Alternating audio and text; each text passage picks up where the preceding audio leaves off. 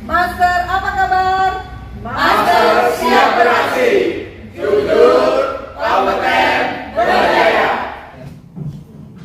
Saya mau minta waktu 10 menit yang berbeda kelamaan juga dari 10 menit yang saya rencanakan.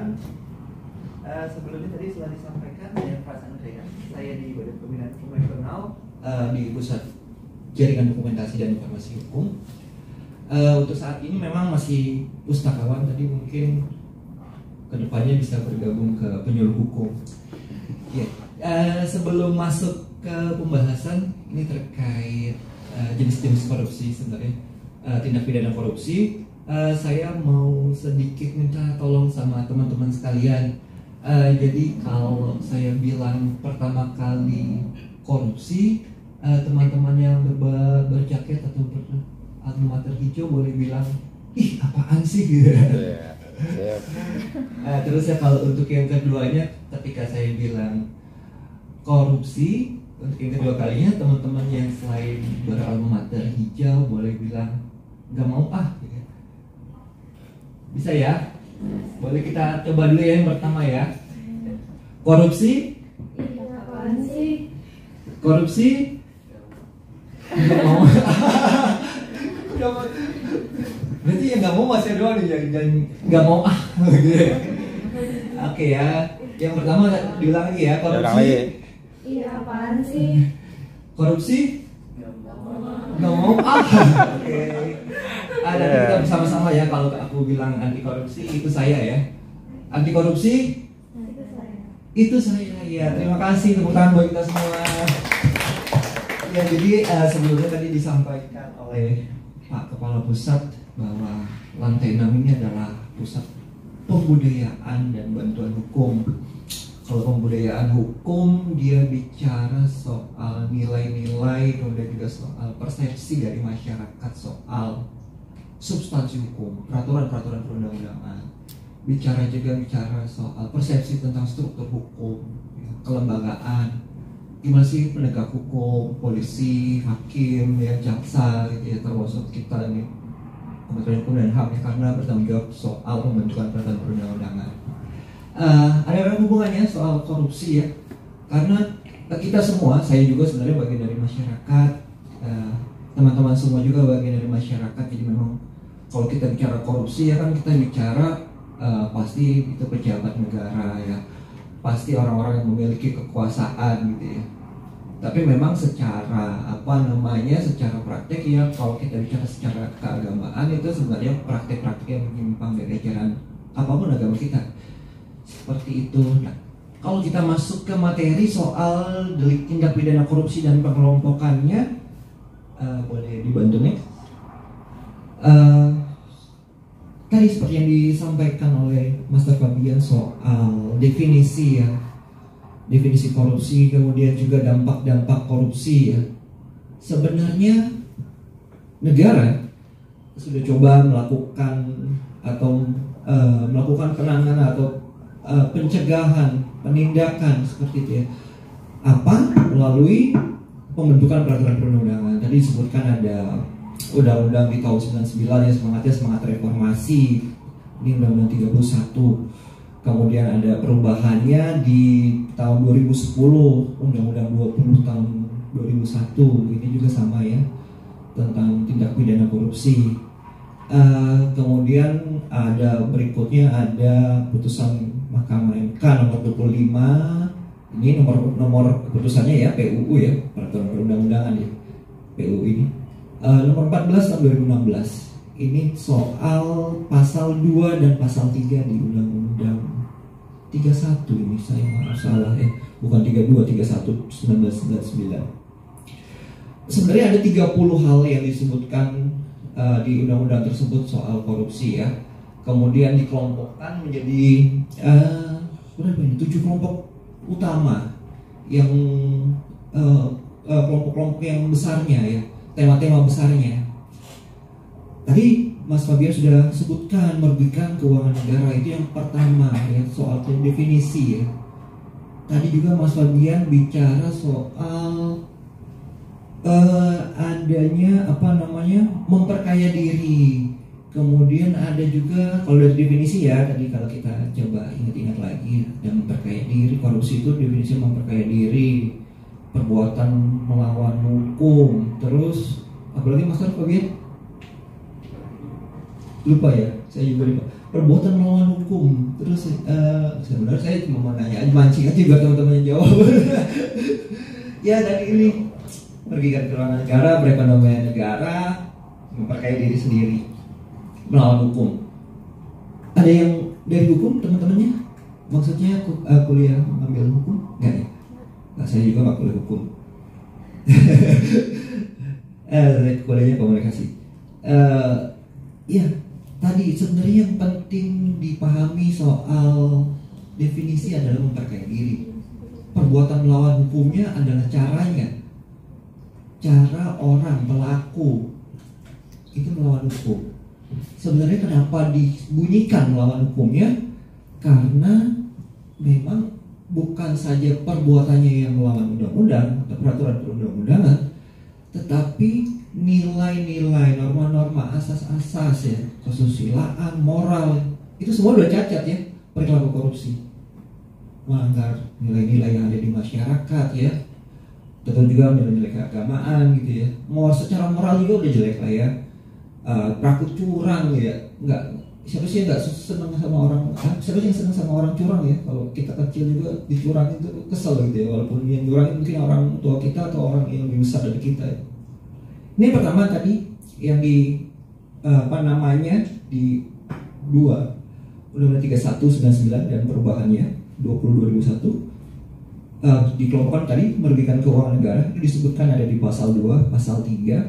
Ini tentang penyalahgunaan wewenang saya pegawai negeri sipil, mungkin Pak Kapus sebagai pejabat negara ya, atau bapak-bapak lain yang menjadi pejabat negara, ada hakim ya, yang lain itu para pejabat negara. Kemudian apalagi pengelompokannya yang kedua soal suap. Suap ini dibahas di kedua undang-undang tadi, di pasal 5 Undang-Undang 20/2021, kemudian pasal 6 Undang-Undang 20/2021, pasal 11 Undang-Undang 20/2021, pasal 12 huruf A, B, C, D Undang-Undang 20/2021, dan pasal 13 Undang-Undang 31/99. Ini bicara soal suap, siapa yang menyuap, siapa yang menyuap ya. Yang menyuap bisa saya menyuap Pak atau adik-adik untuk PKL gitu ya, tiba-tiba waduh saya pengen PKL di BPHM kayaknya enak ya, dapat aqua, saya bayarlah 200.000 gitu ya, udah dapat aquanya cuma sekali seminggu gitu ya. Itu bisa juga suap. Jadi bisa melibatkan, kuncinya adalah pegawai negeri sipil, pejabat negara, dan masyarakat umum. Kemudian penggalapan di dalam jabatan, pasti kita lah ya sebagai pegawai negeri sipil atau ASN dalam bahasa perundang-undangannya yang sekarang ya. Kemudian itu ada di pasal 8, pasal 9, pasal 10 A, B, C Undang-Undang 20/2021. Yang masuk jenis korupsi juga ada pemerasan. Pemerasan itu siapa yang meras ya? Yang meras ini ya kita ini, Mas Yadi yang bisa meras ya, memeras anda semua sebenarnya ya. Mbak Iva juga bisa memeras, Kok Bian juga bisa memeras. Bukan pemalakan bukannya. Pemerasan itu terjadi kalau saya sebagai pegawai negeri sipil gitu ya. Maksudnya di sini magang di mana Mas? Magang di mana? Hah? Di Busdok? Di mana ya? Bu Emma. Oh, dari kapan? Oh, Mbak Emma suka minta duit. Ya, itu contohnya, maksudnya yang memeras adalah pejabat ya. Orang yang mempunyai karena posisinya, karena tugasnya, karena karena kedudukannya ya, bisa melakukan pemerasan. Kamu kalau magang di sini, mau magang di sini boleh sih, enak tapi di sini, tapi bayar ya. Gitu. Bayarnya berapa Pak? Saya kan anak sekolah Pak. Saya kan anak sekolah Bu. Iya, Anda kan mau ilmu kan, menilai kan. Ini ada proses-proses permintaan dari pihak-pihak tertentu ya, yang memiliki kedudukan, memiliki kewenangan, memiliki tugas tertentu, sehingga si pihak yang diperas dalam posisi yang lemah ya. Oke, kemudian perbuatan curang itu bisa dilihat ya.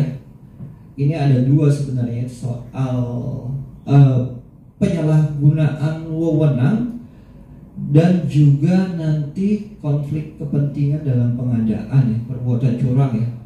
Karena perbuatan curang ini bisa juga kalau kita melakukan, misalnya saya sebagai seorang pejabat yang melakukan pengadaan barang-barang tertentu di kantor ini gitu ya. Nah, bisa saja saya melakukan perbuatan-perbuatan tertentu yang memenangkan orang-orang tertentu ya. Jadi memang unsur yang saya ingin sampaikan bahwa unsur perbuatan curang ini selain penyalahgunaan kewenangan juga nantinya ini hubungannya pada konflik kepentingan dalam pengadaan. Itu nanti dijelaskan, atau jika memang punya waktu untuk membacanya, ada di pasal 12 huruf I Undang-Undang 20 tahun 2021. Kemudian ini ada soal gratifikasi. Jadi ini tujuh pengelompokannya. Ya, ingat ya, merugikan. Ya, jadi di undang-undang itu dikelompokin merugikan keuangan, suap menyuap, penggelapan dalam jabatan, adanya pemerasan, perbuatan curang, konflik kepentingan, gratifikasi. Ini unsur-unsur yang tadi 7 tadi ya dalam undang-undang, baik undang-undang yang 31/99 dan 20/2021.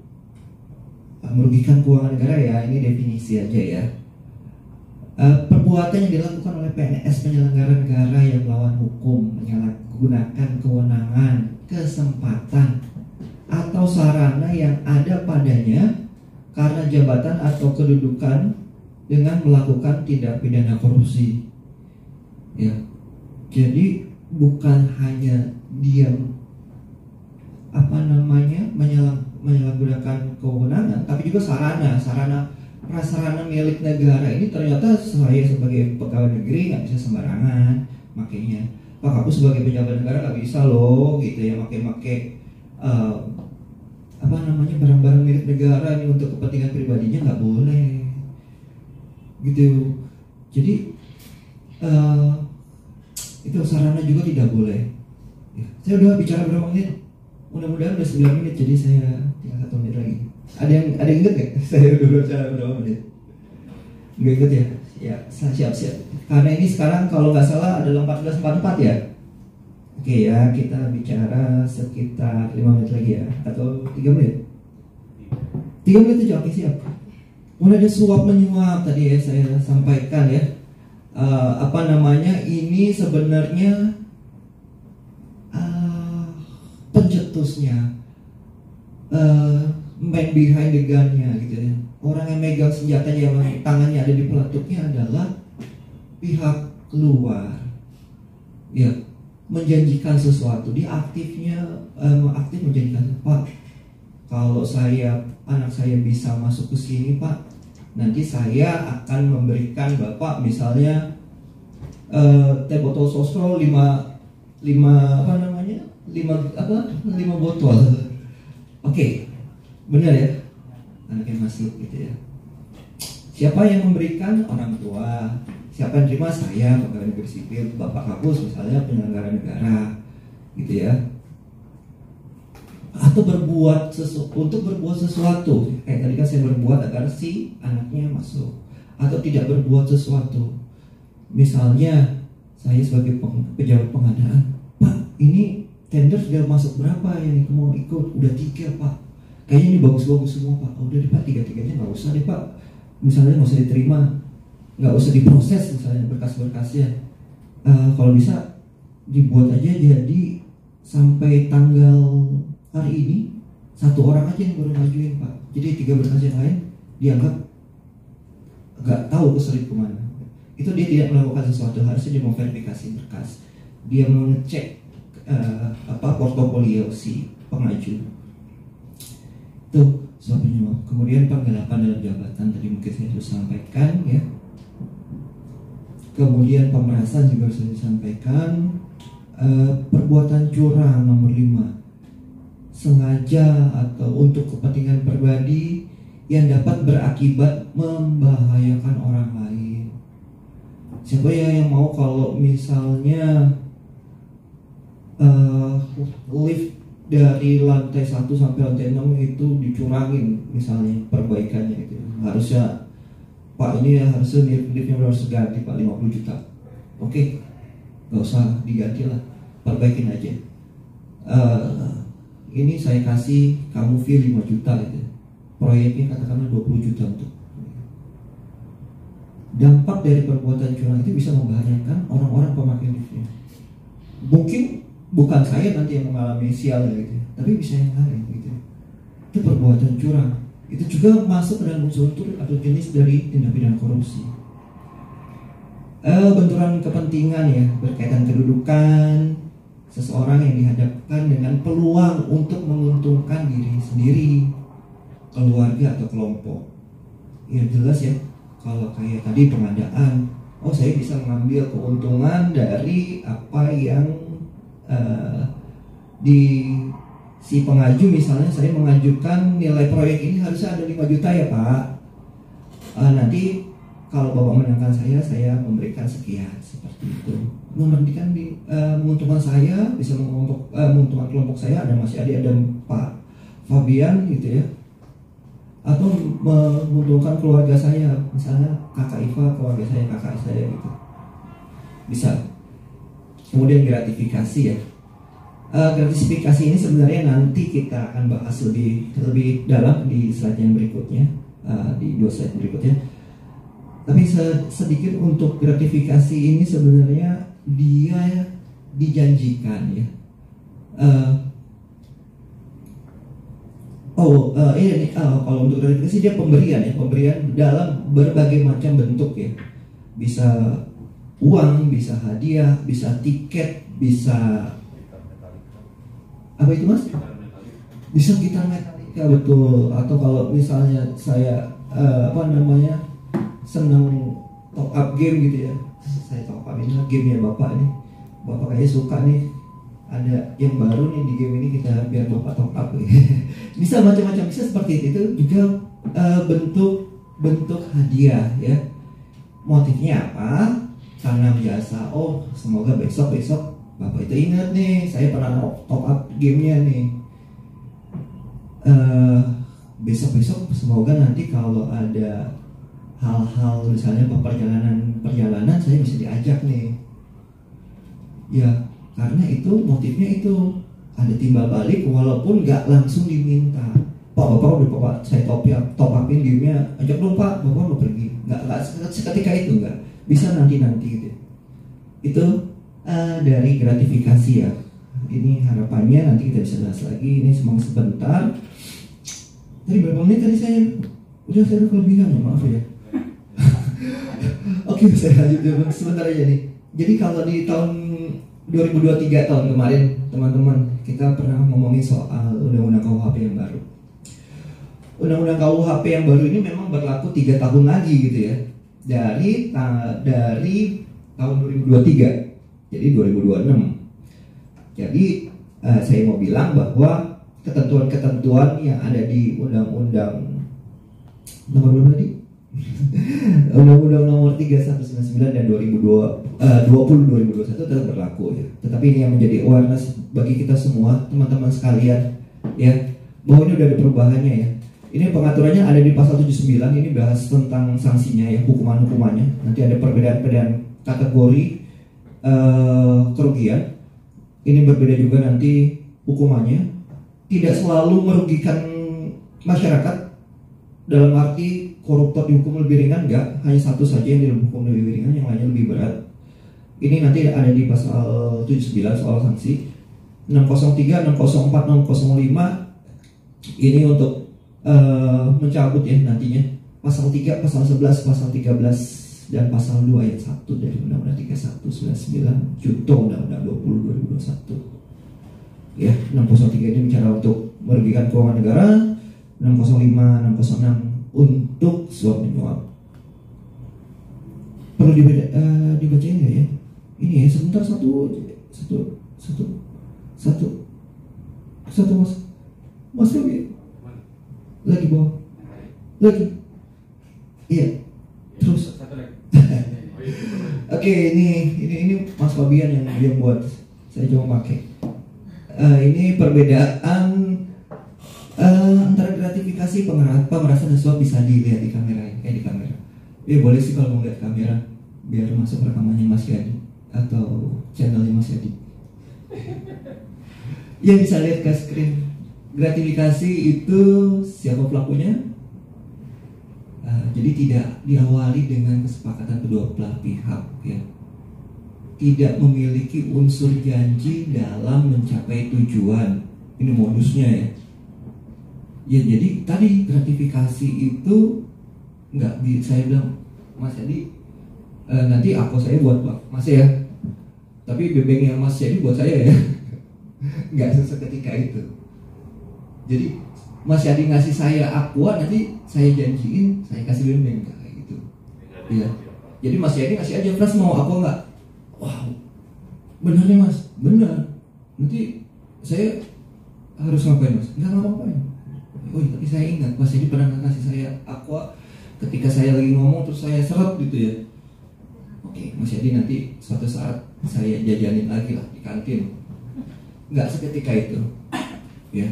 Jadi tidak ada kesepakatan kedua belah pihak ya. Nggak ada kesepakatan bahwa kalau Mas Yadi ngasih saya botol aqua ini nggak akan saya berikan apa-apa. Perbedaannya dengan pemerasan, petugas layanan ya, petugas yang memiliki kewenangan, yang memiliki jabatan, yang memiliki kedudukan gitu ya. Ini biasanya kalau di banyak unit pelayanan publik kayaknya ya petugas-petugas di loket atau malah justru petugas-petugas yang di belakang petugas di loket ya, yang berarti dia pengawas atau bahkan atasan. Ya, kalau pemerasan ini biasanya itu dia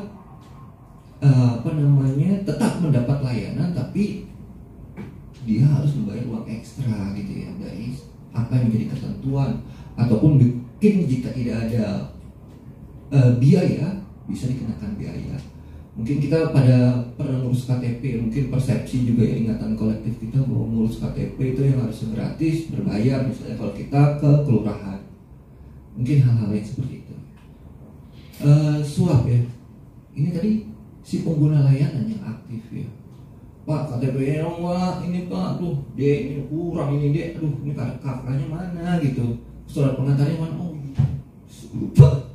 Masa saya balik lagi nyari Pak RT, masih kerja Pak jam segini Pak, malam baru pulang. Udah Pak, surat pengantar nggak usah ya. Ini ada uang rokok buat Bapak. Itu suap dari kita, si penerima layanan yang memberikan. Ya, ada kesepakatan. Oke, udahlah surat itu saya anggap ada aja ya, saya checklist ya. Tapi saya dapat uangnya dong, terus ada timbal baliknya dong. Kemudian ya diurus loh berkas-berkas. Seperti itu. Mungkin kawan-kawan mohon maaf jika saya dalam penyampaian terburu-buru, tidak jelas, tidak bisa memuaskan. Karena saya memang masih anak baru, beda sama Mas Yadi dan Mas Fabian dan Kakak Ipa ya. Begitu teman-teman, saya ucapkan terima kasih, tetap semangat semuanya ya. Terima kasih